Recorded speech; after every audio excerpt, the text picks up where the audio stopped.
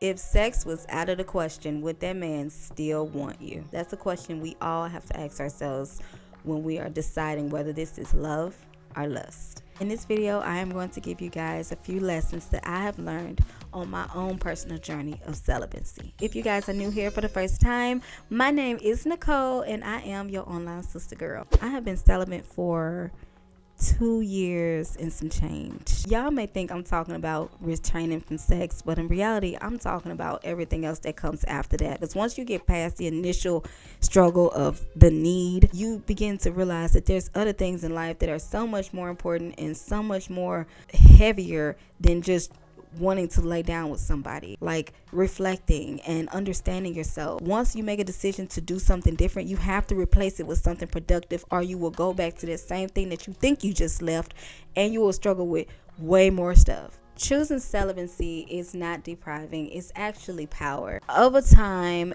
I began to realize that it wasn't a value thing. It was more so of me fulfilling a certain need temporarily. Sometimes I was just a placeholder, and it stings to say that, but it was the truth, and celibacy allowed me to see that. And sometimes you can be in somebody's life only because they're trying to distract themselves from the pain or the struggles of their day-to-day lives. Do they really love me or not, or do they just want access to me? Before my celibacy journey, I used to think that love bombing meant that you just was the most amazing thing this person ever saw, and he had to hurry up and get you because he didn't want nobody else to have you. The problem with that is when you're being love bombed, you don't know it, but you're actually being pressured into being with this person. A lot of people who do like the love bombing thing really be narcissists, and we don't be really seeing that until it's too late or we're too deep in. The feeling of obligation really starts to creep in unknowingly. So celibacy has allowed me to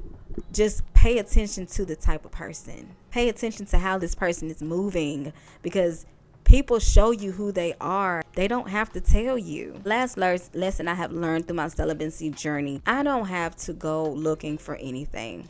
God is my matchmaker, and God's timing is perfect. I don't have to go out and try to find anybody. I don't have to try to beg anybody to stay. I don't have to try to reach back into my old pocket of men. I have been happily single for the last almost 3.5 years. Even though I have my moments and I have my days, at the end of the day, I'm just waiting on God. No, I'm not saying that I'm just going to stay cooped up in the house. I do put myself out there, y'all. So y'all ain't got to worry about your online sister girl. But I don't go intentionally with the idea every day of, I got to go find a man. I'm not doing that. After being on this journey, I realized that in due time, in due season, just like everything else that God ordains, He will bring him forward. On this celibacy journey period, I've learned the importance of patience, and I've learned the power of getting closer to God while you are on this journey, because this journey can be a lonely one, especially living in the world we are today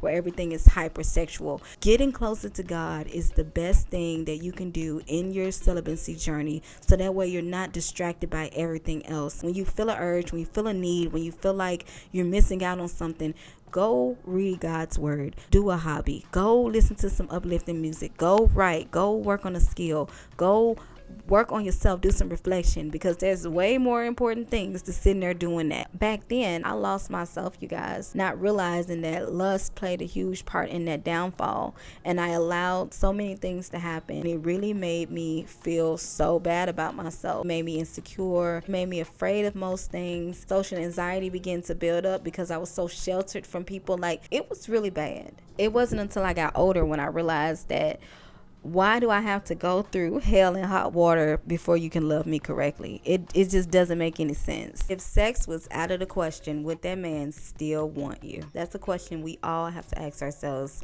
when we are deciding whether this is love or lust. Anyway, guys, I thank you so much for watching. Make sure you guys like, comment, and subscribe. And please make sure you guys hit that notification bell so you guys can be notified each time that I upload. If this video encouraged you in any way, please make sure you leave a comment. I would love to read it. Let me know anything that you guys struggle with when it comes to love versus lust. And let me know if you guys are practicing celibacy and how that's been going for you. I would love to hear about that also. With that being said, I cannot wait to see you beautiful souls in my next upload. Bye for now.